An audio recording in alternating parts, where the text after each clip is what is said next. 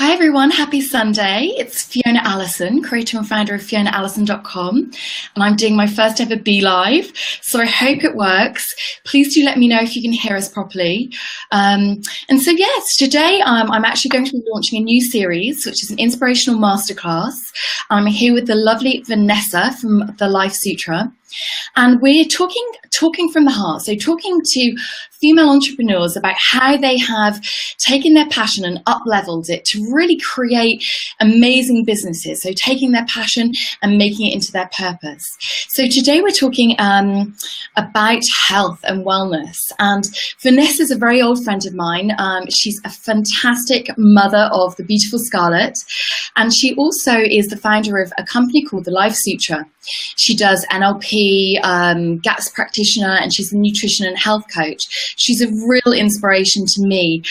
She's absolutely fantastic. She's always glowing and always really, really great in terms of her energy and her positivity. So I think she'll have a lot of really amazing tips and hints to share.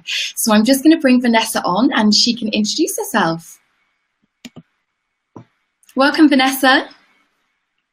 Hi V. How you doing? Hopefully you can all hear us. I haven't seen anybody commenting that they haven't, but do let us know. It's our first Be Live. So yeah, hopefully you can see us and hear us, which is the main thing. So Vanessa, I just wanted to start. I know you have been working on something that you absolutely adore, and you've really taken your passion for wellness and upscaled it into a really profitable lifestyle business. Can you just let the viewers know how you went about it and your bit of your story, really? Well, yeah, I don't know how I've got to this place. It's a great feat when you do. So it started because in corporate roles in London, highly stressful jobs. I've always had a passion for nutrition. Ever since I was young, in my 20s, I started reading lots and lots of nutrition books. And something in me just said to me, do you know what? I think we're always designed to be healthy. The human body is designed to be healthy, and there's something that we're not quite doing right that's stopping us from being healthy. So when I had my daughter, I didn't want to go back to the stressful job anymore. I was always taking my work home with me. Fine, you can do this, and you don't want to take that work stress home with you. Mm-hmm. So I started looking at life very, very differently. And at the same time, I started teaching Zumba classes. I've always loved dancing. I wanted to do something completely different. But I couldn't sustain the energy levels for the Zumba classes I was teaching. So at the time, I was teaching 14 Zumba classes a week, which sounds like quite a lot. Wow, just wow. Incredible. And then there was a day, always on a Monday, when I teach 4 classes, pretty much in a row. And if you've ever done Zumba, the instructor does the whole, it's not like for the other class, you can just instruct it, you have to participate. And I just couldn't get enough energy. And part of me was like, do you know what? If athletes can train to run a certain way, you know, and I think the Olympics was going similar time, or people were training for the Olympics. And I thought, do you know what? There's got to be a way. And that's what led me back to nutrition. And then I haven't really looked back since. So then it all kind of just started falling into place. You know, I was reading things. I was healing things in my own body. I was healing things for my daughter. And when you've got a passion and you keep learning and learning and learning and learning, and you actually enjoy learning, which was a big eye-opener for me, because at school, I can't say I loved it. I find my parents okay, but it was kind of like you had to do it. Whereas I've never felt like that about nutrition. I was always like, oh, yeah, I want to learn more things. And so when you start doing that, then you start realizing that you actually have something that you can teach others and that you can share with others. And that's the really joyful part, is that you can get to a point where you actually feel like you know a little bit more than perhaps somebody else, and perhaps it's now your time to share that information. And then when you start sharing it and getting the same impact that you had for yourself with other people, that's what really drives my passion. Amazing, what an incredible story. And could you tell us a little bit about some of the early results? You mentioned you were working with them on your daughter, so some of the results that you actually saw with her.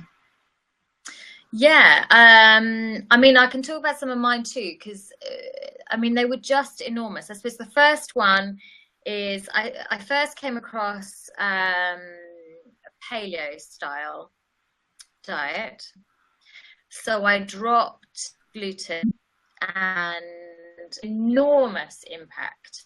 I mean, it's hard to remember them all now, because there's been other ones that have kind of come along the way, and sometimes some things just fall away and you think, my goodness, I don't have that problem anymore. I suppose the main thing for me was that I used to get ill, you know, coughs, colds, flu, at least 4 times during the winter, and feel run down. That disappeared. Energy levels through the roof. I used to wake up in the night to go to the loo about 5 times, which, you know, we have to share, because as mums, I think a lot of us think, well, I was told by my mum, that is it when you have children. And that disappeared. So I had a good night's sleep. Things like my hair started getting thicker, my nails stopped flaking. You know, these are some of the minor things. I always had quite bad skin. That disappeared. So there were lots and lots, but I had energy. I mean, that was the main thing, is that I had energy. And I know there's a lot of people out there who kind of hit that 3-4 o'clock afternoon slump. And you just think, well, you think you hate your job. You think you can't work out why, you just feel tired all the time, even if you're getting 8 or 9 hours sleep. And most of us are reaching for tea and coffee just to try and get through the afternoon. And that disappeared. So that was the main, you know, the main thing, is that I could actually do my job. And I had this constant energy level all the time. So you're right, there were big implications for my daughter. She had XH. She started, I think it started when she was about 6 weeks. And it kind of went everywhere. So went all over her body, her legs, on her back, arms, really, really horrendous. So I'd kind of, I mean, I'd had it when I was a child. You know, it was a family genetic thing, or that people like to tell you it's in the genes. I think you can turn genes on and off, which was that was also a big shock for me, because there's a lot of people out there who say, well, it's in my genes, I can't do anything about it. So my big learn was that we have these genes, we get given these things from our families, but whether we turn those genes on or off is a whole other matter, and those are in our control. So epigenetics is a huge study. Go and do some learning about it. So if you're interested. So what did I do? So she was born with X, pretty much born with X. So it developed very early on, went everywhere. Was very lucky to come across GAPS diet, which is gut and psychology syndrome, which is healing things like anything brain related, particularly for kids. So things like ADD, schizophrenia, but it was also used for things like skin related disorders, and asthma, and lots of other health conditions. So I thought, you know, I've always had a passion in nutrition. Her book made sense. I read her book from cover to cover. I heard her talk a couple of times. I thought, I'm going to do this. So I did. It's a hardcore diet to follow. I wouldn't say it's for everybody, but, you know, nutrition is my passion. So for me, it's, you know, well, I'm going to go at this 100% and follow it. So it worked brilliantly. We got her eczema right down. We don't live in a perfect world. I did create like 4 things, but it's been a learning curve along the way. So, you know, taking her swimming lots, painting her room from top to bottom, you know, going on holiday, and not eating like we did at home, and all these. So I was, you know, it would come back, and then I would know how to kind of fix it again. So it's not a perfect science, and you're always learning. But I'm really glad of the journey that I've been on now, because it's you know, I can talk from my own experiences. I've learned lots along the way about, and it's driven my passion even more so in things like toxins and what we can do to manage our home environment. That's an interesting point, and I think, you know, that's such an inspirational story, and amazing to see. You know, the benefits are clear, absolutely clear. Who wouldn't want to feel more vital, have better skin, have, you know, thicker hair, just to feel like, you know, they're able to cope with life much better and to really hit life running. So that's incredible. I suppose, you know, a lot of people are dealing with, a lot of my clients are certainly dealing with very high levels of stress. You know, we live, you're just outside of London, but, you know, I live in London. A lot of my clients live in big polluted cities, you know, and our world is very, very toxic. So what kind of one thing would you say, where do people really start if they've kind of finding themselves, you know, being ill regularly, you know, maybe they've got all of the symptoms that you were mentioning, or some of them? How would you recommend they kind of start this process? You know, it has been a journey for you. What kind of one recommendation would you say people should start with? Now, I would say it's not one thing. I mean, most of the changes that have happened for me have been, you know, it's about creating, for me, I think it's about creating a window of feeling better. When you have energy, when you feel very different, when you feel better, you'll do more. So for a lot of people, it's just getting a few days of having more energy and getting that little aha moment. So that was it for me. I mean, I can only talk from my personal experience. Well, if you want me to talk from my personal experience, for me, it was taking out grains and gluten. But I know now I was very gluten sensitive. But for somebody else, it might be something different. I would say that was probably a good starting point. There's a lot of reasons why we shouldn't be eating the grains that we're eating today. And it will certainly, well, I mean, I noticed a difference, I would say, within 2 weeks. So that's how fast. Some people I know are faster. I've had people notice differences in days, and people notice differences, you know, perhaps a little bit longer, depending on the severity of the health conditions. But from my personal experience, yeah, it was taking the grains out. But, you know, it's just about, I wouldn't say there's one thing. That's the difference, is you know, the little things that we can and that becomes, I suppose that's become, for me, it's become like a new addiction. In a good way, in a very healthy way. You know, what can I try now? And there's always something new that I can try, that makes me feel even more energized and gives me more, you know, I'm always trying a different diet, because I can't recommend that if I've not tried it from my own experience. Or you know, I'm doing some quirky sort of biohacking stuff now. Anything from taking cold showers in the morning, to earthing, to walking outside. You know, all these things have an impact. I suppose really we need to start stripping it back to, you're saying we do live in a very toxic world, and perhaps we need to now reverse it a little bit, and strip it back to some of the ways that we used to live, and learn about the ways that we used to live before we had, you know, smartphones and electricity, and try and hack some of those things and bring them in, because it's about going and living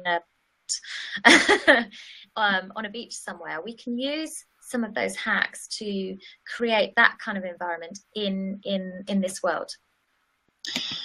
Fabulous. So that brings me on. I mean, if people are being inspired now and they're saying, you know, that's all very well, and Vanessa's kind of worked with a lot of her clients, and she, you know, has got huge amounts of knowledge, but I just don't know where to start. So if anybody's listening and they want to really connect with you, and find out how maybe they could work with you, could you just tell us a little bit about how people could get in touch and how you could work with them? Yeah, of course. So I would say that you can check out my website. I've got a blog called the Life Sutra. On I'm trying to Facebook. And then so I put all my courses, and I do lots of class courses. I really like sort of teaching one-to-one with people, or in groups classes. I love teaching group classes, and I'm going to be doing some online courses. So that's the big plans for the following year, is doing some online courses so that we can reach a few more people. But I'm really enjoying doing big group classes. So taking people on a health journey and taking people through things step by step so that it doesn't feel overwhelming, but also creating a bit more of a community feel. It's, you know, it's great. Social media is wonderful. It brings knowledge into home, but we also need to connect with each other when you're sort of working in a health, when you're trying to do a health journey. Sometimes it can feel quite isolating, because what's become normal isn't perhaps quite so normal anymore. So if we can create a little community of people that feel more normal in that group, you know, that inspires each other. Fantastic. What I'll do actually, Vanessa, just to help people out if they are interested, I'll just put in a little update on the screen with a link to your website. I mean, it all sounds incredible. You definitely inspire me every day. I must admit, when I find that I'm tired, so for example, this weekend I've been looking after my niece and nephew, my nephew Will, who's 3, and my niece Abigail, who's 1, that I'm quite tired. And so I tend to make maybe bad food choices when I'm tired, that kind of thing. Now, you're a busy mum, you've got your own business, you're very active, kind of working with lots of different clients and doing lots of different things on social media. So how do you create healthy balance in your life? Yeah, good question. It's always a little bit work in progress. I like to think that, you know, it's a little bit about homeostasis. You kind of go out of balance a little bit, and then you feel it, and then you rein it back in, and you try and work out how to get yourself back into balance. So there are a few hacks that, you know, I definitely, for me, it's about creating some really important daily habits. I meditate. I would love to say every day, not every day, but most days. And that for me is very important. I can get up, I can meditate up, so I'm not kind of woken up immediately by a little person. I have a bit of time to myself, a little bit of peace, a little bit of quiet. Sometimes it's just about breaking some of those thoughts down. You know, if you're someone who gets up and thinks of 50 million things to do, and the first thing you're doing is going on your phone and looking at your email, that's going to create stress in the body. So before I do anything, I'm meditating. And then it's about putting in some structure into my day. So I always exercise pretty much every single morning. And I book that in like a meeting. It's non-negotiable, because it's really easy to, you know, say I'm too busy to do it, but it's booked in like a meeting, and I don't move it, because I know that that's important for me. If I exercise, I feel good, energy, and I'm much more with what I do.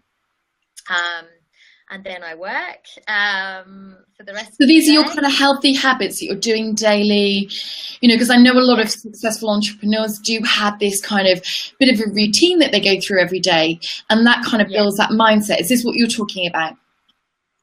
Yeah, absolutely.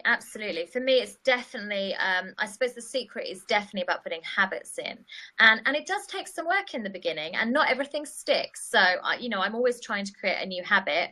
Some of them stick, some of them don't, but the ones that I find really work for me always stick. So, yeah, coming back to, because you were asking me about how you create the healthy habits even when you're feeling, you know, sort of stressed. Try and make life as simple as possible. You know, I get healthy food delivered to my home. I try not to stock unhealthy, you know, there aren't any unhealthy choices in my house, so I don't really have a lot of time to go shopping. So that makes life a lot easier. You know, you've got your organic veg delivered to your house. Make it simple. It takes out a lot of the choices for you. And then when I need, you know, more energy levels, you know, I might have a green tea, or you know, it's not about deprivation either. I still have, anyone who knows me, I'm a bit of a chocoholic. You know, I still have the odd piece of dark chocolate. You know, I make my own homemade chocolate, but I'm not eating, you know, I'm not eating junk food. And I like to think I've, you know, well, I like to think I've overcome a lot of emotional eating that used to, and that kind of rewarding of, you know, you've had a bad day, or sometimes even you've had a good day and you think, oh, I deserve this food. That's, you know, that takes a little bit of work, a little bit of time. But I do find, you know, if I'm really tired, I'm naturally feeling like, oh, I need energy. So what's going to give me energy? And I think I'm going to go more towards more food.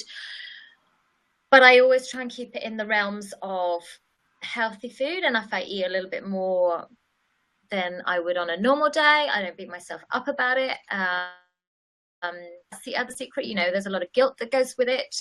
And once people feel guilty, that can be very, very self-destructive. I think for a lot of women, we've been on the diet roller coaster for a very, very long time. And there's a lot of sort of guilt trips that are associated with that, which we have to work harder to undo. Fantastic. And we've got a few questions, if you don't mind. And so just a few people are kind of watching.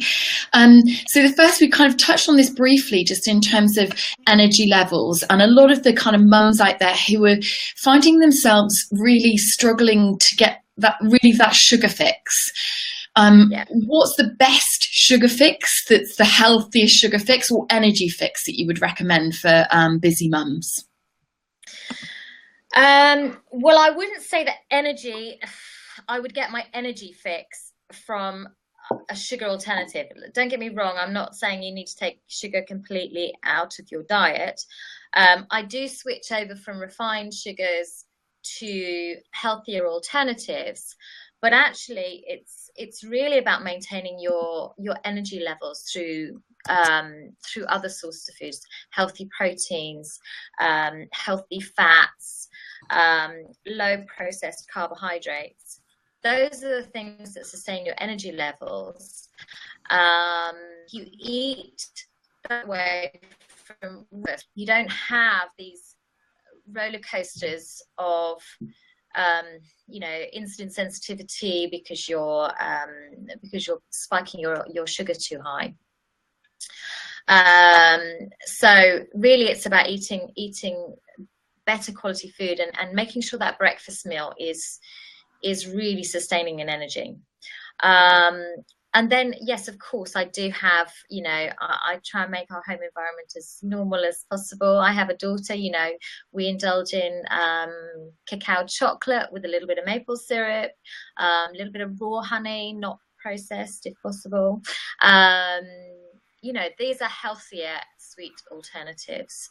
And then fruit. So we use, you know, fruit as a sweetener, rather than using, you know, we don't eat loads of fruit, but we do use fruit as a sweetener in, you know, in a smoothie, or into a avocado pudding, chocolate avocado pudding, and that gives us, you know, the right balance. Fantastic. And if people want to get some of these recipes, could you let me know where they are so that I can send a link for everyone? Yeah, absolutely. Some on my blog, yeah, on my website, which is thelifesutra.com. I do need to be better at putting more on. I am going to be trying more and more. It's just finding time, but I am trying to do at least once a week at the moment. Great, fantastic. And I've just had another question. So just about gluten and sugar. Again, there's been a lot in the press about how damaging they are for your body and the negative effects they have on your body. if you would like to give up one, would you recommend starting with one first, or what are your thoughts on gluten versus sugar and its damaging effects on your body? I gave up gluten first.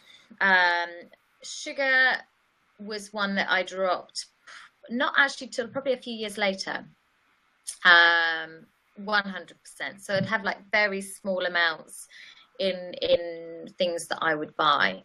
I mean, things are getting better. There's a lot more choice out there, and there are actually some healthy companies making life a little bit easier for people with choices that you can buy. Do need to be a little bit careful of sort of gluten-free products, and unfortunately we're kind of going a little bit down the direction of what happened with the low fat, when that was heavily promoted, and people would bring out all these products that would say they were low fat, but then high in processed sugars and lots of other nasty chemicals and nasty ingredients. And we're sort of going down that way a little bit with some of the gluten-free products, particularly in supermarkets. That being said, you know, there are some supermarkets that are doing some good things. There are some health companies. I'm amazed every time I go into London these days. There seems to be a new healthy restaurant, which is great, which means that you can eat out a bit more. But yeah, come back to your original question. I would say gluten. Gluten was the one that most people will find, because you immediately cut out all processed carbohydrates, which have lots of ants in them. You know, gluten sensitivity is very real for a lot more people than people realize. But it doesn't give you energy, and you're constantly on this roller coaster ride. And people don't realize, say, you know, when you're looking at things like glycemic index, 2 pieces of toast, and wholemeal toast is even higher than white bread. Not that I'm recommending you eat white bread either, has the equivalent of 2 tablespoons of sugar in what it's doing to your spiking your glucose level. So that, for a lot of people, you know, they'd be horrified if they were thinking they were eating 2 tablespoons of sugar for breakfast. But that, you can then start to see why that gives you that incredible dip of energy. And then you'll get to sort of 10 o'clock in the morning and you'll be like, oh my goodness, I'm hungry. I feel so low in energy. And then you're reaching for more sugary things. So yeah, I would say getting gluten out is the one that most people feel very different on. And somebody is just asking, you know, if they're not sure if they've got a gluten sensitivity, what would you recommend the symptoms? What should they look out for? Well, you can have none at all. So I had absolutely, I mean, apart from having general everyday illnesses and things that you ignore, I didn't have any. So it was the moment that I took it out 100%, and I tried it in the first year. I tried it twice. Reacted really badly to it. That was the biggest eye opener for me, and that's because you've got antibodies that are fighting it behind the scenes. So of course you can go away and you can do very expensive testing, but I would say the easiest way to do it is to avoid it for at least a month. You can't sort of do it 90%. Unfortunately, you gotta do it 100%. If you do it 90%, you get kind of 10% results. If you do 100%, you get 100% results. So, you know, you take it out completely and then try it. That's the best way to know. You're your best, if I'm honest, you're your best doctor. You'll know from how you feel. So take it out and see how you feel. See how you feel in the next few days. But take it a day at a time. That's advice is, do you know what? Don't make it like it's this mission. Just go, do you know what? I'm not going to eat it today. See how well I feel. Do that every day, and it soon takes care of itself. Mm-hmm. Fantastic. Now I know that you know, we've both been from a background of working in a very, you know, highly stressful environment, maybe making poor food choices, maybe drinking too much alcohol, you know, and I suppose it's really about knowing, how do you know what's normal? How do you know what feeling good is? And I think a lot of my clients sort of say to me, well, I didn't know I had a problem with X, or I didn't know that I wasn't feeling 100% until I've started making these choices. And so what would you say to people who really, they're not really sure what's wrong with them, they're kind of functioning and they feel, you know, they maybe wake up with a fuzzy head every morning, but they just feel like that's normal. They don't know what feeling healthy feels like. What advice could you give people like that? Because I know I've certainly been in that situation, and until I started making some better choices, I was so used to really functioning on 60 or 70% that I didn't know what 90 was, you know? Yeah, absolutely. I couldn't agree more. I mean, there were times now I look back on it and I think a lot of people are wandering around with this kind of foggy-headed feeling. It's sort of called in, nutrition circles, they call it brain fog. And that's become very normal for a lot of people, where they've kind of got this cloudy feet, can't quite function, feeling sleepy. And I used to function like that a lot of the time. So that can be thought of as very, very normal, having brain fog.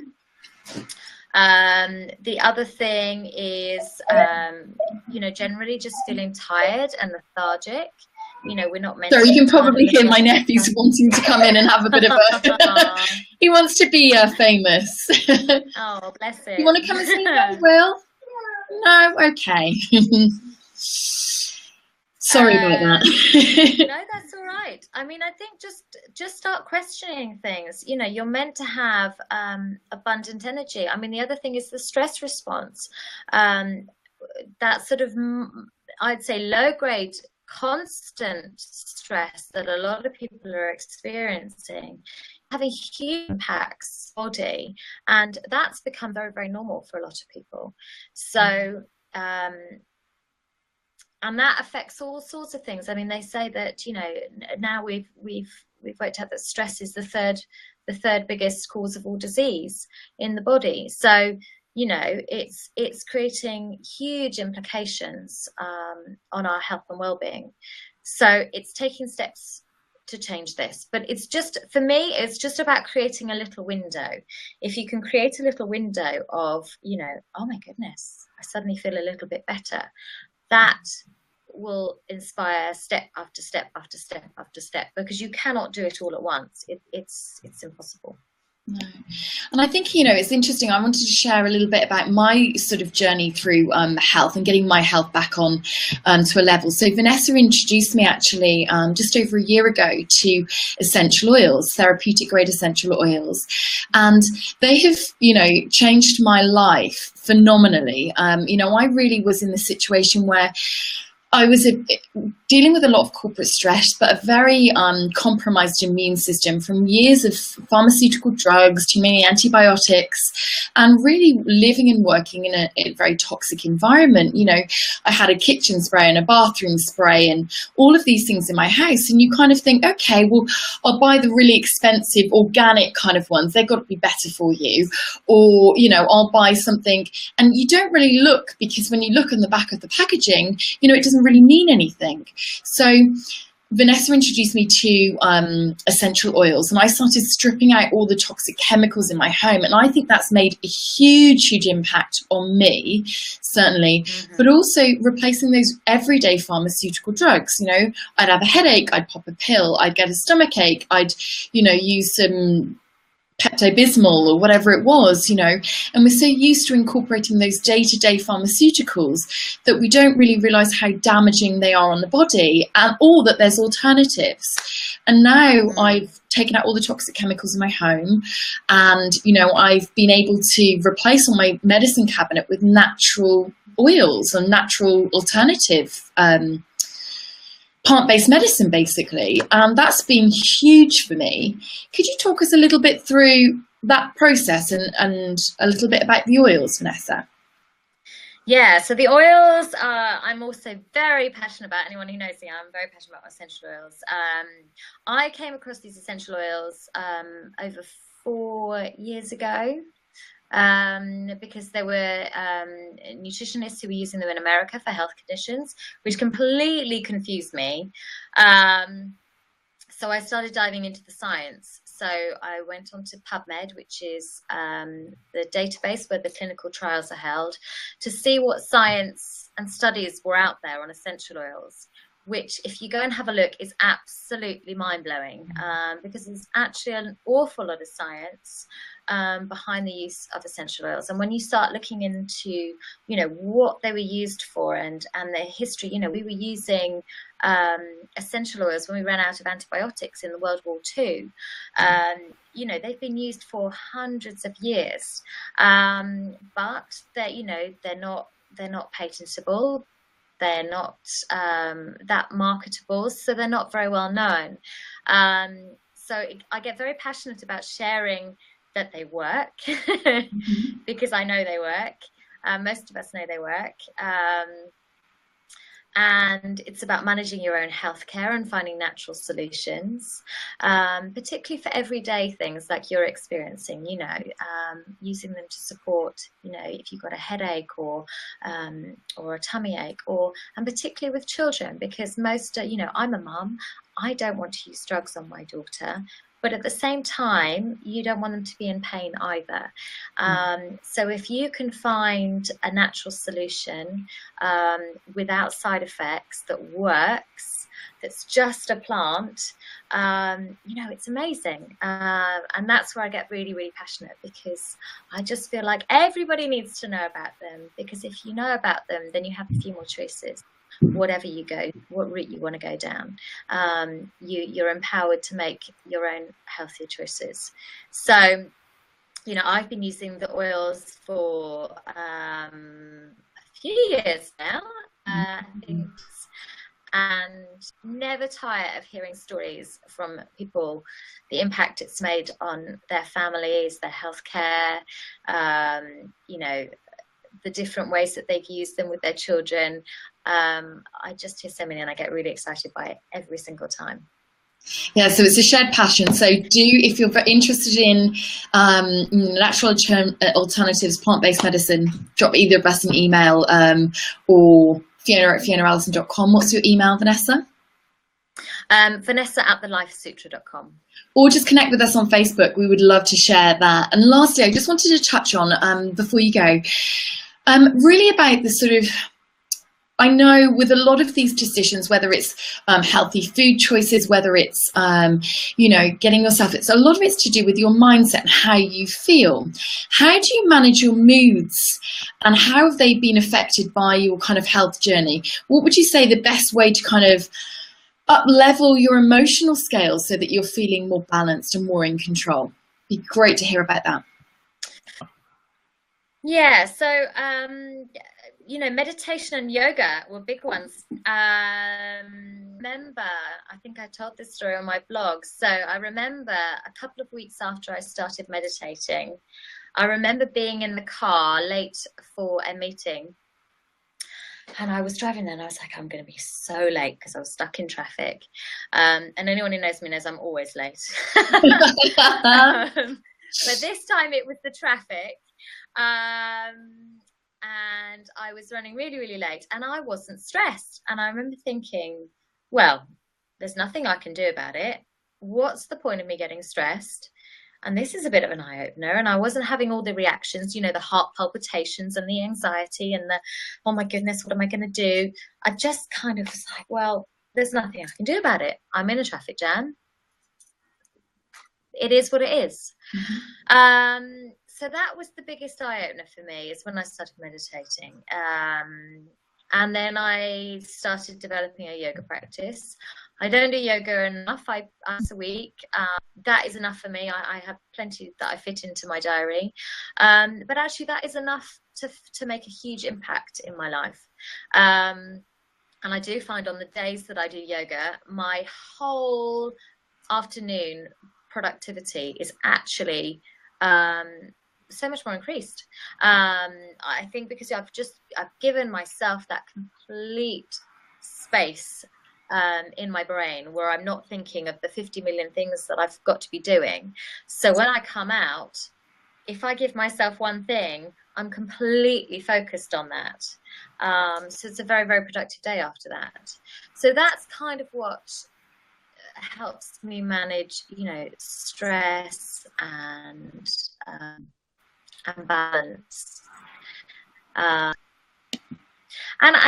I'll tell you another one that I started implementing, because I think it's very easy to get caught up in social media.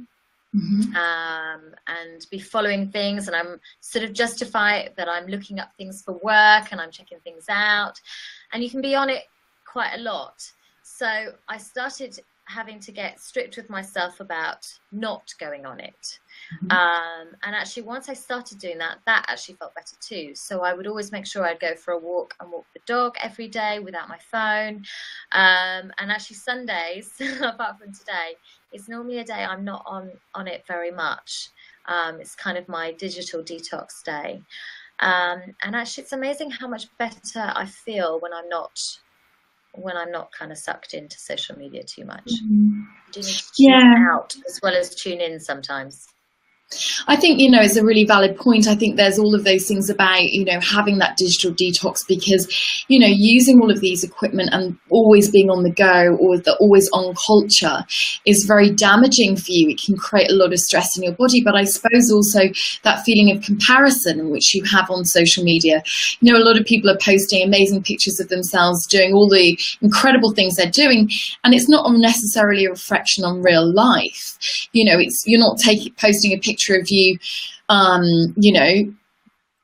washing your dog after you've been jumping in a muddy puddle, or, even though that would be quite funny. But, there is a lot of kind of fabrication around, what your personality and what your lifestyle is like on social media. So I think... Absolutely. I think that's part of it. I mean, there are a few things, that's part of it. I also think we try and manage too many things in one go. We think we can have a conversation and check our phone, and I mean, some people are watching TV at the same time, and that's just our brains. Our brains cannot compute three different. We think we're good at it. We think we can multi-skill, but they can't. It's very disruptive to our brain. We need to focus on one thing at a time. And also, we've cut away from social interaction a little bit with people. I'm a bit surprised, I suppose. Now I go into London a little bit more on the train, and when I used to go on the train, I used to have train friends, and we used to sit on the carriage and always meet in the same carriage, and we used to chat. Now you get on, everybody's glued to their phone, and nobody really talks to each other. So times have changed a little bit, but I do think you need to be aware of it, because once you become aware of it and you tune out a little bit, then you start to realize, actually, sometimes being on my phone all the time doesn't make me feel very good. Yeah, no, you're right. And thank you. So thank you for sharing your amazing story. It's real inspiration to a lot of people, I'm sure. And, if you want to connect with Vanessa, please do drop her a message on Facebook, or go onto her website, thelifesutra.com. As she said, she's got an incredible blog, some amazing recipes, and some really wise words. And she's a busy mum. So, don't think, oh, I don't have time because I'm a mum. You can make time to prioritize your health and wellness, and I think your whole family will benefit. So thank you for your time today, Vanessa. Really nice to see you. Thanks for having me. And look forward to thank you to seeing you really soon. Okay, take care. Thank you very much. Thanks. Drop me any questions if you've got any more after this. But thanks for all your interaction and questions today. Bye, everyone. See you soon. Bye.